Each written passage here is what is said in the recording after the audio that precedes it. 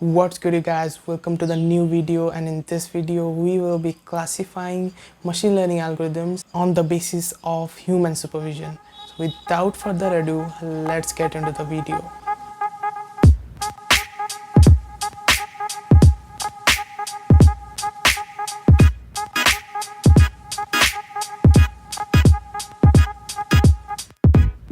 So in the previous video we had classified machine learning systems on the basis of whether they can incrementally learn from the data or not, and in this video we will be classifying machine learning algorithms on the basis of human supervision.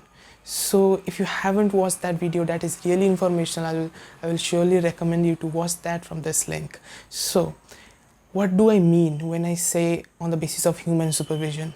What I mean is that with the data, do we need to do something so that the machine learns, or it just automatically learns from the data? We don't need to do anything, we don't need to supervise it, right? So that's what I mean by that. And on the basis of that, machine learning algorithms are divided into basically 4 types. First one is supervised learning, second one is unsupervised learning, third one is semi-supervised learning, and fourth one is reinforcement learning. We will be learning what all these 4 things mean in detail. So let's get into the video, and before that, do subscribe and do make the number of subscribers 2-digit. That would be really great, I guess. So whatever, let's get into the video and let's see what is supervised machine learning. So what is supervised learning? So as the name suggests, it's obviously supervised. We supervise the machine. So what happens here is that the training data that we feed into the machine is labeled.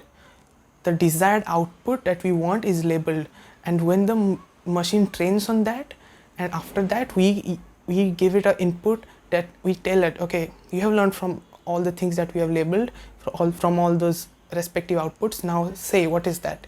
So this phenomenon is exactly like how we teach a child, a newborn baby, to know stuff, right? So for example, you teach your child, like, okay, we show apple and tell him this is how apple looks, and okay, this is apple.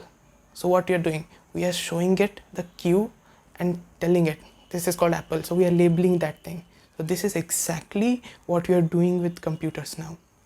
So this is the thing that fascinates me. Like, we are starting now, we are just we have just started teaching them, and in future they will be very brilliant. Machines will be way brilliant than us, and we will be dumb as ever with no work to do.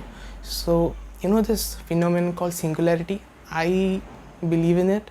And basically, if you don't know it, it is a point in future where our machines are so brilliant and so intelligent that after that what happens, we can't even we can't guess what happens, because we have an entity which is way more capable of thinking logically and brilliant, way more, it can calculate insanely. It is just superhuman, right?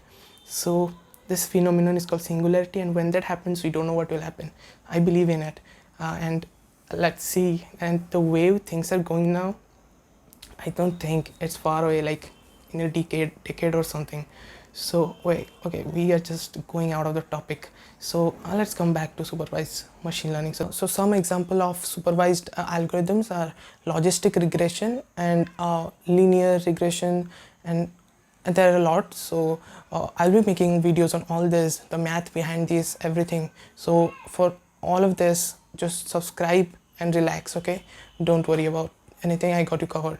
So next we are going to learn about unsupervised machine learning, right? So let's get into that. So what is unsupervised machine learning?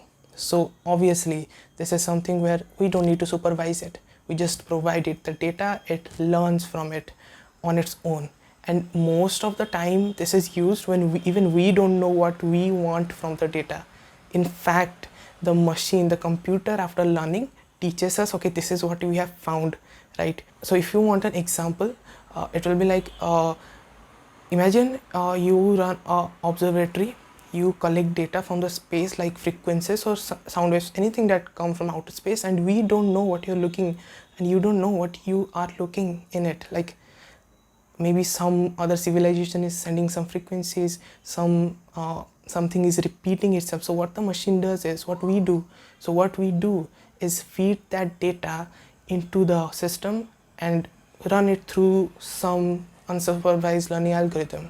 So what it does is we don't know what you're looking for. The computer sees there is algorithms like clustering who search for patterns, and they will say like they will go through the whole frequency wave, and they will say like, okay, after every 2 days something this particular frequency or this something wave is repeating, and that may mean something. So that will give us insights. Yeah, insights is the right word for unsupervised learning. It gives us insights on complex problems that we don't know what we are looking for, but after training them, the computer tells us, okay, this might be something, and we research on that.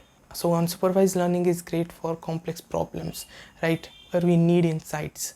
And one of the example of unsupervised algorithm is k-means clustering. So we'll be discussing all on that on my next videos, right? So next we will see what is semi-supervised learning, right? So these algorithms lie somewhere between, obviously between supervised and unsupervised learning, right? So these algorithms don't need completely labeled or completely unlabeled data. They can work with partially labeled data. For example, there's a very nice example, like for example your Google Photos.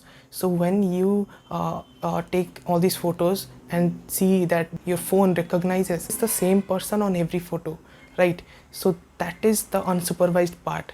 It sees patterns in photos, and then it asks you, okay, who is this person? Then you label the data. That is supervised learning, right? Then it is labeled. So what it did was it used unsupervised learning to find patterns and find the same person in every photo, and then it asked you to label that, thus using supervised learning. And now you give it a new photo, it uses what it had learned and tells you, okay, this person, I know this person, you had labeled it, this is this guy, X guy or Y guy, right? So this is what semi-supervised learning is. So next we will be learning about reinforcement learning, which is like the beast, and it is currently in research phase but has been applied to many use things and many beautiful things. So let's see what it is. So what is reinforcement learning? So it is like a completely different beast from all these things what you've learned. So a reinforcement learning system is mainly called an agent. Why? Because its job is to observe and interact with an environment, and its goal is to maximize the reward and minimize the negative reinforcements or punishments that it gets. For example, it is mainly now used in games. So I'll give you an example of a game. For example, we make a bot and we put it in an arena where we have a fire element and we have a diamond element. So, and we just put it there, and it goes and interacts with the environment and sees, okay, what is that? It's just fire, and let's go towards it. And then when it goes towards it, it got hard, and we just gave it a negative reinforcement. That is, we reduced its score, but its goal is to maximize it. So then it says, okay, let me try what is the diamond thing. And when it goes to the diamond, it sees that, okay, my score is increasing now. So that's how it learns. And this is the very simple example. It is used in very complex games like chess, goes, where there are millions of possibilities. So one of the great examples of reinforcement learning is DeepMind, a company you may know. I love that company. It made AlphaGo, a program that was trained on millions of games of Go, and it becomes so powerful that it beat the world number one in Go. That is, I think Lee Sedol in 2017, I guess. So that's what reinforcement learning is. It is now beating esports players, like the top games of everyone. So this is just proving like we are in the nascent phase, in the beginning phase of this revolution, where we have more intelligent beings than us with us on this planet.